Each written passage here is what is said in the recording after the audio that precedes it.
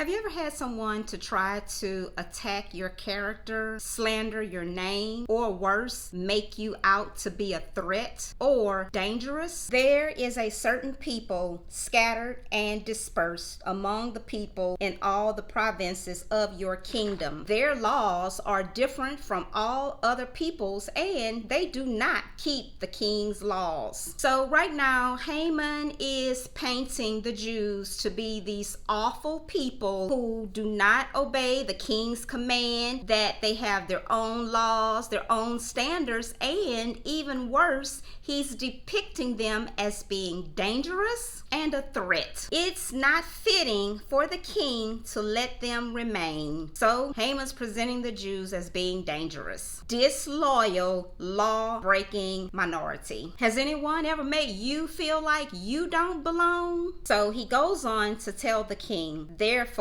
it is not fitting for the king to let them remain. Esther 3:8. And these accusations, as we can see, are very deliberately deceptive. So he's taking Mordecai's religious convictions and he is making a claim that all Jews reject Persian authority. And in Esther 3:9, he's actually willing to pay the king to destroy God's people. So right there, he uses wealth to manipulate power. In Esther 3:10, the king hands over his power. He hands over his power to Haman without asking any questions. So now Haman has the right to write laws in the name of the king. The king essentially says, do whatever you wish. And the king said to Haman, the money and the people are given to you to do with them as seems good to you. Esther 3:11. Now this is spiritual warfare, and the countdown to destruction begins. The decree now orders the killing of all the Jews, young and old, women and children, and all property to be plundered. This is total annihilation. Then the powerful just sits back and relax while the people panic. But the enemy rejoices too soon. While darkness celebrates, God is already positioning Esther. Deliverance is already in motion. Here's what we should know. When darkness celebrates, stay in position. God's deliverance often begins before we even see it. So we respond with faith, not fear. Here are your next steps. Number 1, stay in position. Number 2, discern premature celebration. Number 3, respond with spiritual strategy, not emotional reaction. Esther didn't panic, she prepared. Number 4, believe God is already working behind the scenes. Even when the decree is signed, the story is not over yet. And number 5, hold your identity in Christ. God's timing is perfect. God's positioning is intentional.